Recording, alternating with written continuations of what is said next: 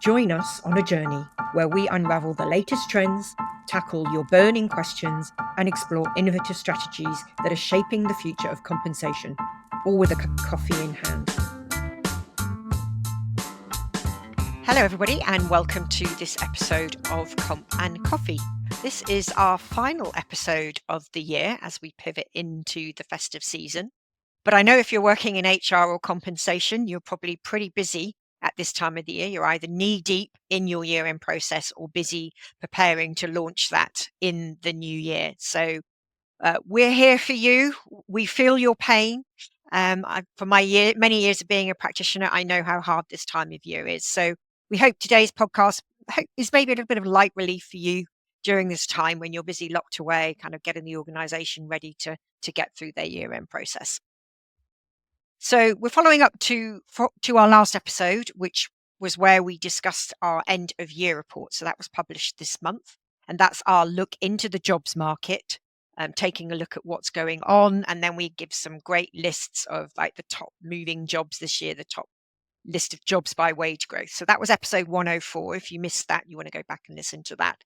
But when we published that report, we also published a predictions guide. It's HR predictions time by some of our thought leaders here at Payscale. And so closing out the year, we thought it was time to get our crystal balls out and maybe just chat about some of the things that we think might be happening in 2025. And I'm delighted that I've got two of our industry thought leaders joining me to do that today. They've been with me on the podcast throughout the year. But welcome to Sarah Hillenmeyer, who's our Senior Director of Data Science, and welcome to Lexi Clark, our Chief People Officer here at Payscale. Now, you've both been on before, but do you just want to give us a quick introduction to who you are and your role here for the audience in case they haven't met you before? Sarah, do you want to go first? Sure. Good to meet you and good to be back, Ruth. I'm Sarah. I lead our data and AI teams at Payscale. My training and history is in the AI and statistics areas. I've been working in that domain for 20 years or so. At Payscale, we generate the data sets that you use to help figure out your compensation. And we also work on some of the tooling to make the process of doing compensation management easier and more streamlined. Thanks, Lexi? Sarah. Yes. Hi, everybody. Excited to be with this crew today, closing out the year and celebrating holidays. My name's Lexi Clark. I'm the Chief People Officer at Payscale. I have been at Payscale. I've crossed over the 4-year mark this year, which is wild and crazy, but very exciting. I have the pleasure of leading the people team here at Payscale, but also getting a chance to talk to all of our customers and folks in the industry as well around what's going on and what you're seeing and hearing. Previous to Payscale, most of my background was spent in early to mid-stage tech in the Seattle area. Thank you, Lexi. Well, thanks for coming back, both of you. Now, I know this is Comp and Coffee, and I normally ask you whether you drink coffee or tea, but it is the festive season. So do you have a favourite festive beverage at this time of year? Lexi? I think, I could stay on the theme and I could say coffee with eggnog. A little bit of eggnog. And then maybe a little bit of there's the boozy, non-boozy version. And I think you've got to embrace both during the holidays if that is up your alley. Interesting. I gotta invite you over because my festive drink is eggnog, but I make it myself and I age it. So it's been aging for weeks. The eggs and the sugar and the booze you put together, and that sits for a while. And then next weekend or so, I get to pop it open and add the cream and the nutmeg and all of that good stuff. And then I have the world's best eggnog. I love coffee. I would not put it in my coffee. It is so good by itself. So this is not fair. Eggnog for sure. You are both located in Seattle, so the chance of that actually happening is quite high, whereas I am in the UK. So you're going to have to send me a bottle, Sarah. So I'll see what I can do. Okay, thank you for that. Right. So before we start future gazing, let's not get rid of 24 quite yet. I'm interested to hear what you were surprised about, or if there was anything that surprised you in 2024 in terms of what went down in the world of work. Lexi, I know we've been talking about this a bit. Do you want to kick off first? Yes, I will. And Ruth and I talked about this a lot. And I think the headline is what surprised me was that there were no surprises. There was a lot of continuation from 23 to 24 as it relates to some of the impact that we saw in the market. But I think one of the things that was not not surprising in 24, but will be interesting as we continue this conversation today, but also go to 25, is the continued debate around where you work. Are you working from home? Are you working a flexible schedule? Where maybe you're commuting in once in a while, or are you doing a full return to the office? And that I think definitely continued to be a debate this year. There's lots of compensation impact to that, both from an actual base compensation standpoint, but also how are you thinking about a total rewards package that, for example, supports someone commuting into an office again, and what does that look like? So, I don't think that was surprising in 2024, but I do think that it continued to be a hot topic, and I think will continue to be a hot topic as we see some folks starting to go back to the office full time as of January 1st and see the actual impact of what that looks like as we head into the new year. I think lots of labor changes, but continued in the market. I think continued to be something that we watched year over year. But that would be, I think, the biggest piece that I would highlight. We'll talk about the employer-employee friction point, but I think like that return to office, don't return to office debate feels like it is at the crux of that conversation. Yeah, we didn't really see resolution on that, did we? So, Right. okay, Sarah, what about you? Any big surprise this year? Yeah. So I've been working in data and AI for 20 years, long before it was this cool. And in 22, 23, I had the impression that the HR domain would be late, reluctant adopters of AI technology. What I'm seeing is much more enthusiasm and adoption of AI across different HR related use cases than I expected. In particular, I didn't expect AI to gain as much traction in the applicant tracking, resume screening, interviewing, hiring space as it has. I thought we would see several years in which tools were helping make those processes more efficient. But right now, we're seeing some organizations, especially those that need to hire at a really high volume, that are relying solely on AI to recruit, screen, interview, and hire employees. And that was a surprise to me. So the adoption of AI and the pace of it by the HR profession has been a Exactly. surprise. Yeah. Yep. Oh, great. Okay. Now, Lexi, you mentioned friction in the employer and the employee power dynamic. This was one of the things that you talked about and how this will evolve potentially in 2025 in our HR predictions guide. Do you want to tell us what you were thinking about that? Yes, I think so the employer-employee friction point has always been there, right? It's always been something that I think has existed historically. What I think is interesting is we've seen that friction and almost like, I don't want to call it tug of war, but a little bit of like tugging back and forth since COVID. And some of that I think was working remotely. Some of that I think was pay transparency. Some of that I think was the great resignation or reconsideration, like all of those different trends, quite quitting, all of those different pieces, I think, fed into this conversation over the last couple of years. I think that this will continue. So, some of what we were watching for as we go into 25 and some of what is a natural impact is the results of the election and what it would look like in the US in terms of a change of administration. And while I think that, we now know the results of the election and we now understand, at least in the short term, some of the conversations around the change in administration, I don't think that this friction point will go away. I think that all of the same asks from an employee standpoint, like the debate has been, will we go back into an employer favorable stance? And I just think that the cat's out of the bag and it's not going back in. Like, I think that friction point between employers and employees will still exist. And I think what that means for employers is that there's not an option, I think, to ignore that employee sentiment. One of the things that I think has been on the table in terms of new U.S. administration is that the potential for the market to start to turn around.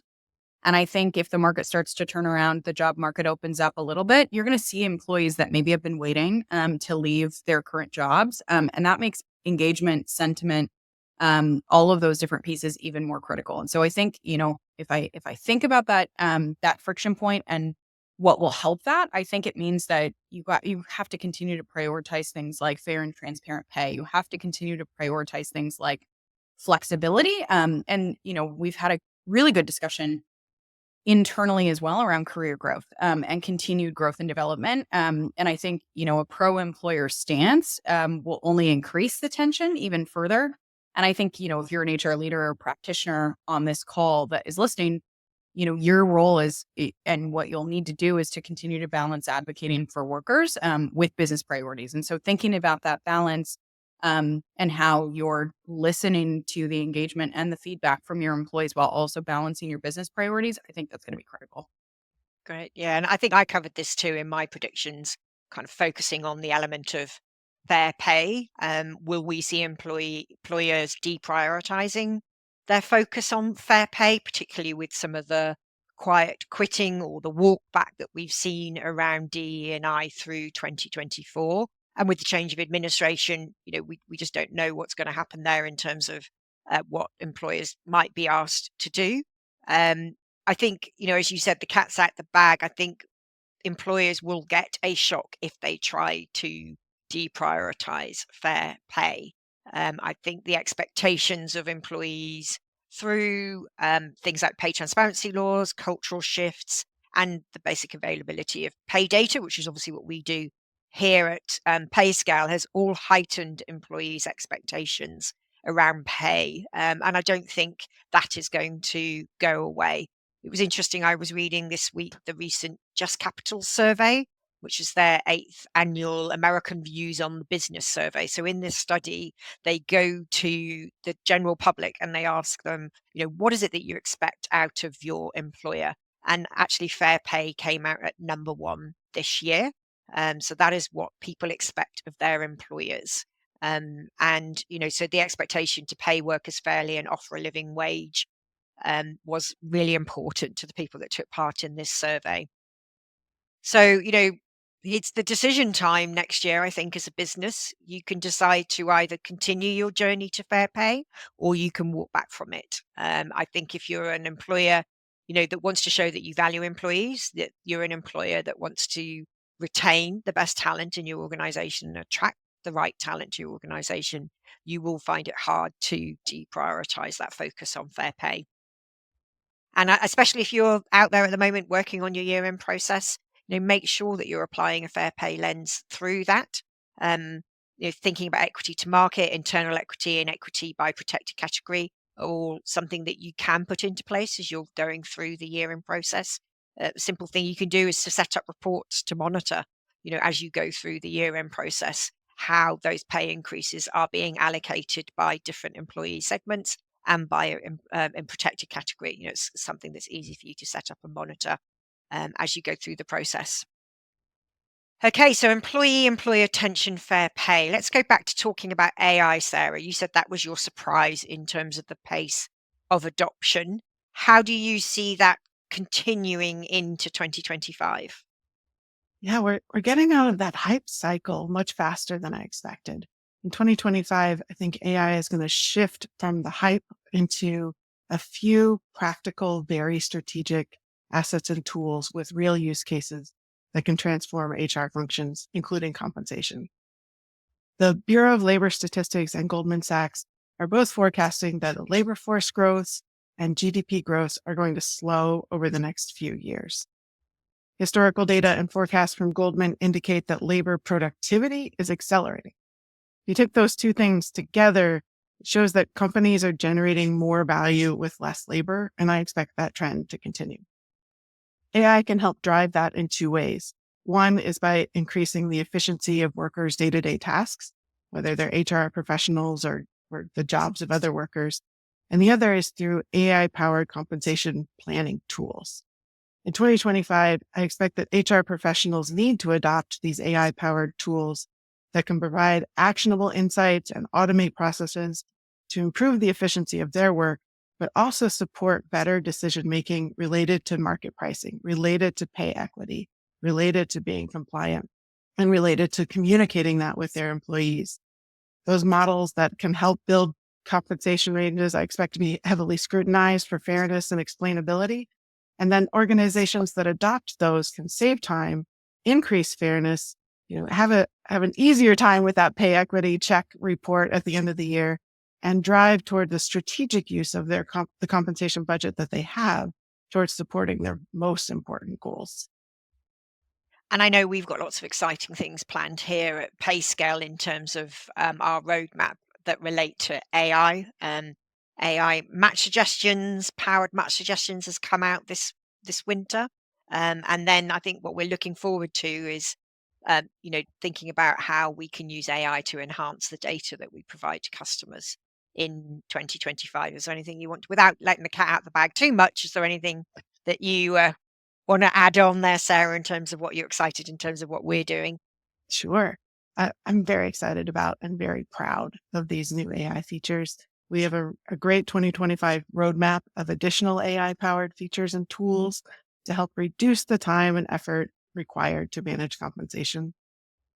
I wanted to point out that our North Star guiding principle in designing AI tools and features at Payscale is that we give the user enough information and explanation that they can meaningfully evaluate the accuracy of any of the AI-based recommendations that we make. We know that HR professionals using our software ultimately have to stand behind the compensation decisions that they make using our tools. And so our job is to make sure that the information you need to stand behind that decision is surfaced in a way that you can understand and evaluate as a real human with a real brain and a lot of expertise using these tools. And that addresses some of the concern that we hear around AI. Like, I don't want AI making my compensation decisions. What we're trying to do is put you in the position as the person making those decisions to have better insights to be able to still make the best decision that you can. Right. Yeah. Now, AI governance is probably something that we'll continue to hear talked about in 2025. Luli Seidley, our employment lawyer, can't join us today. She has covered some thoughts on AI regulation becoming a hot topic issue in 2025 in her section on HR predictions. She indicates that a federal movement around AI regulation is likely to take time and be contentious. But she does believe that legislation could start to be introduced more at the state level in terms of AI regulation. So it's really interesting to see how that evolves. Have you got any views on this, Sarah? Sure. I think that, as these tools evolve and the regulation will lag a little bit where the tool development is, HR's role gets expanded here into guiding those AI ethics and fostering a culture that balances the automation's benefits with the human guided insight and the empathy that humans have for particular situations that maybe are getting caught wrong in the AI. So even with vendors like Payscale, who are designing AI features that give the user enough information to meaningfully evaluate the AI-based recommendation, HR professionals in 2025 and beyond will need to receive specific training on working effectively with these tools. I think that training should also cover things like ethical standards and concerns around bias in the underlying data and privacy of different data sources, and how to maintain the balance of keeping data private, but also benefiting from AI. Ultimately, the goal is that HR professionals can spend less time doing rote calculations and annoying data processing and more time on complex tasks and relationship development. But I think we're at a point where we have to start developing new skills in HR pros so that they can really effectively interact with the AI tools ahead of this maybe slower process of government coming up with the right regulations to safeguard that. Yeah, it's definitely a need to continue to upskill, like the whole breadth of what the impact of AI can have on your workplace, not only just how it can make your job easier, but how you need to think about it from a governance perspective as well. So that's Right. interesting. Okay, something else we talk about in the HR predictions document is wage growth. Obviously, something that we focus a lot on here at Payscale because we're always monitoring wage trends. And our research, along with others, has been predicting that pay increases will potentially dip below the 4% mark, especially in sectors, but it may stay strong in some sectors where talent is more competitive. Lexi, is there anything that you're kind of observing as you're thinking about preparing for year end in terms of how pay budgets will shape up? Yeah. I mean, I think, from a data perspective, we use our own salary budget survey as our first data point for thinking about compensation planning year over year. We also triangulate with anyone else who's talking about predictions as we get into what wage growth will look like. We look at obviously cost of labor and cost of living to anticipate employee questions so that we can really make sure that not only do we have a good recommendation from a budget standpoint, but that we also have a point of view in talking about what those increases might look like, and how they may meet, exceed, or fall short of any of those questions around inflation. I think for us, what that really looks like is we are seeing it hover somewhere in that 3% range. It's not hugely shifted year over year, and so we're anchoring to that internally. I think going back to what I referenced in terms of our total rewards package, one of the things that I think is interesting is there's a lot going on. There's the flexibility of where companies are working. There's absolutely an increase, I think, in healthcare costs within the US. I know for us internally this year, as we looked at 2025, we saw one of the largest renewal increases on the healthcare side that we've ever seen. I don't think that's going away. I think that will continue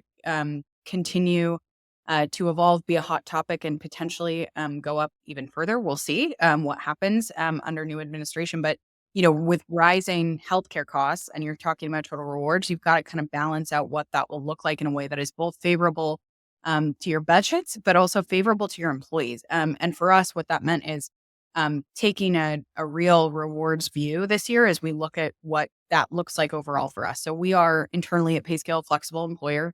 So we are remote first, and we have no plans to change that. We did receive a big, bump in terms of a renewal increase year over year, but it was important to us to still keep really good, kind of strong core benefits for our employee base. We did make an investment in more paid leave, that is both birthing and non-birthing leave for our employees. That was really important to us as we think about the average, and I'm going to say average and median because my friend Sarah always reminds me to use Yes. median as well. But that I think that was a big deal to us because if we look at our average and median age across our employee population, we can make an assumption that paid leave will be really important. We made also an investment into 401k matching for our employees. So, that means that we're going to have a pretty standard business as usual merit budget, but it means that we've made other investments in other places in terms of a rewards packet. That does not mean that is a one size fits all approach for you. And so if you are listening in, you should think about your total rewards package as a whole and where the levers are that you can pull, increase, or balance things out, or any of those things. And I would use your population, both from a sentiment and engagement standpoint, but also from your demographics to deeply understand what they might need. And so, to use an example that I think is a hot topic right now in the headlines, if you are asking folks to come back into the office, you should think about your commuter benefits and you should think about your compensation and the cost that an employee may have that they wouldn't have had that they have to commute every day. And that's both cost from a actual dollar standpoint, but that's also cost from a productivity standpoint. Sarah and Ruth both know that I thrive in my morning productivity, working from home. I wouldn't have that same morning productivity if I went back into the office. And so I think for employers that are switching their strategy, thinking about what monetarily is going to help and what your employees will value is really important. But that non-monetary productivity trade-off is real as well. So I've rambled on a little bit, but I think total rewards, as we think about compensation budgeting and planning for next year has been really important to us because I think we've had to pull and tweak a couple different levers to make sure that we're fair and balanced across the board and that we're thinking about our employee population. Yeah, so I think what I'm hearing you saying is that although it seemed to be like we were from the employer's perspective, starting to maybe, put a cap back on wage increases by seeing the numbers dip back below 4%. There's a whole load of other issues going on in terms of other employment costs that are going to make that decision process. For example, in the UK, where I'm based, we've got new social security increases that were going to come in effective the 1st of April. It's about a 1.2% increase for employers, but there are some employers who are potentially going to dip into their merit budgets, I expect, to fund that. So there's a lot of challenging things that we're seeing. And also it's going to be dependent on what happens in the economy. We kind of felt we've had a fairly steady year. The soft landing happened, but in the US, you had inflation go up this month by 2.7%. In the UK, we've had 2 months now of inflation going back up. So again, that does tend to fuel employee expectations. I don't know, Sarah, if you're looking at the data, are you seeing what sort of trends are you seeing in terms of wage movement in that data? Yeah, the market is behaving differently in different sectors. Pay is up 20% year over year for our customer service team leaders, but some technical jobs have seen pay dip slightly. So if you're only thinking about base salary, a peanut butter approach to market increases isn't going to work in this climate. As Lexi discussed, the base salary compared to market is not the only thing that matters to employees. I'm certainly very happy to work at a company that has Lexi at the helm and can think about the total rewards rather than just the market data. But as part of the market data piece, it's really important to get up to date market data. Payscale's flagship data offering Peer is updated nightly. Coming soon, we'll have additional easy to use data offerings that offer that near real time view of the market and help untangle that complexity of some sectors where wages are exploding and other sectors where they're flat or dropping a little bit. I expect that in the next year, the advancement in data availability and analytics will continue to reshape how organizations approach compensation decisions and compensation strategies. And as part of that, HR pros will keep modernizing their tech stacks to be able to take advantage of those AI powered tools that can really help untangle all of that complexity and help pull together those total rewards pieces into packages that make sense and help you deliver on those most important strategic goals. Great, thank you. And it's also the time of year now where here at Payscale, we're collecting data from you for our compensation best practice report. So we're out fielding at the moment. We'll include a link to the fielding in the episode resources.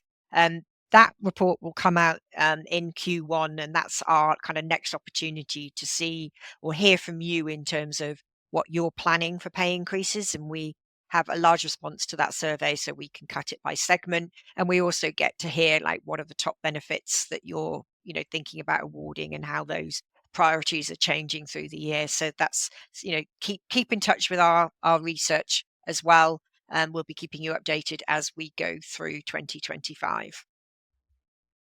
Okay, so I think we've got a chance to talk about one more of our predictions before we close out this episode. Skills-based pay, Sarah, yours and my favorite topic.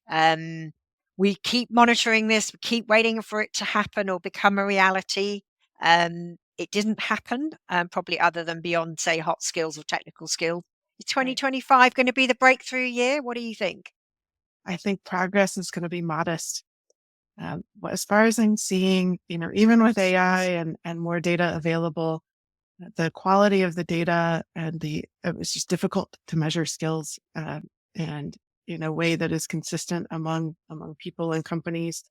The skills that you have that matter for one job don't necessarily matter for another. I don't think that a boom in AI is going to fix this. So my prediction is there's no universal solution on the horizon that will live up to all of our skills-based talent management dreams. I do expect some movement, though. I think HR professionals that are interested in skills-based workforce and some of the promise of lower bias and more fair and good career mobility and such of that should pay attention to what's happening around job postings and AI tech. With more and more job postings coming out and with rich descriptions of what the jobs are and the AI technology developments, I think we'll be able to see meaningful insights about how posted pay ranges vary by skill requirements. I absolutely expect that employees will be paying attention to this, maybe not at the total data aggregate level, but they'll be looking at job postings and seeing their skills reflected there. So to retain and grow employees, I think organizations will need that aggregated data view of how much are particular skills worth within the job posting world. And I think that's coming. Yeah, I think, the biggest problem to date has been the identification of those skills and then how do you grade them or value them? some organizations have successfully implemented skills taxonomies, but they are few and far between. And I think the power now that we see with AI fueling the quality of job descriptions, I think that's going to be the lever that will probably start to shift the needle here in terms of, as you say, like having better data points around skills, and then we can start to relate that to value. So will it be a breakthrough year? I don't think so. Maybe 2026, Maybe. 2027. Benita will move in 2025, but I don't think it's going to crack open the egg. Okay. Well, thank you both for joining me today. Anything else you're going to be keeping an eye on in 2025, Lexi?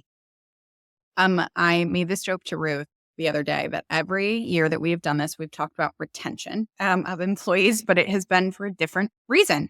And, I think a couple of years ago, Ruth, keep me honest, we talked about retention because we were coming out of Great Resignation, reconsideration, all of those things, retaining your key talent and making sure that you had an eye on what that looked like. Last year, it was the market is cooling down. And for those of you who have done layoffs or may have to make cost cuts, it means that you're retaining the folks who held on to that extra work or may have experienced their colleagues or their friends leaving the business.